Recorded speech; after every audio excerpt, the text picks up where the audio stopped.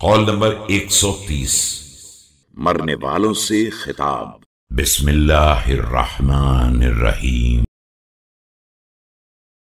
وقد رجع من صفين فأشرف على القبور بظاهر الكوفة يا أهل الديار الموحشة والمحال المقفرة والقبور المظلمة يا أهل التربة يا أهل الغربة يا أهل الوحدة يا أهل الوحشة۔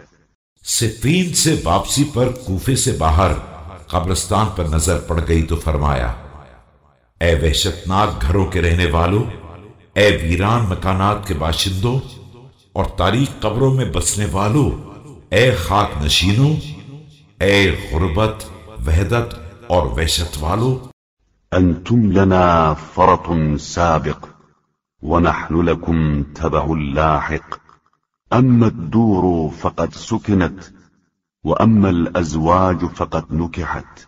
تم ہم سے آگے چلے گئے ہو اور ہم تمہارے نقش قدم پر چل کر تم سے ملحق ہونے والے ہیں۔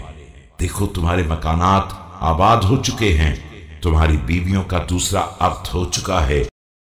وأما الأموال فقد قسمت، هذا خبر ما عندنا فما خبر ما عندكم۔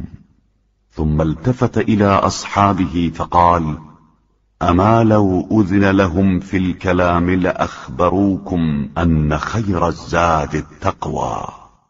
اور تمہارے اموال تقسیم ہو چکے ہیں، یہ تو ہمارے یہاں کی خبر ہے، اب تم بتاؤ کہ تمہارے یہاں کی خبر کیا ہے۔ اس کے بعد اصحاب کی طرف رخ کر کے فرمایا کہ اگر انہیں بولنے کی اجازت مل جاتی تو تمہیں صرف یہ پیغام دیتے کہ بہترین زاد راہ تقوی الہی ہے۔